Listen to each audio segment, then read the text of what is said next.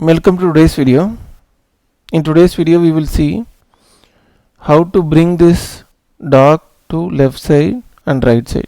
Okay, so currently I am using macOS Ventura.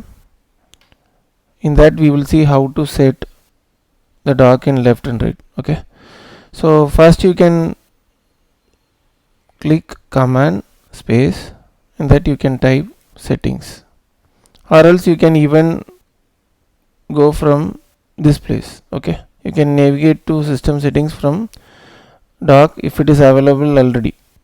So you can click on system settings. In that you can go to desktop and dock. In the left side menu you will be having desktop and dock. In that you can select desktop and dock. Okay, after that in the right side you will be seeing under dock, you will be seeing position on screen. In that defaultly it will be bottom. You can select left. If you select left, it will be coming in the left side like this. Okay,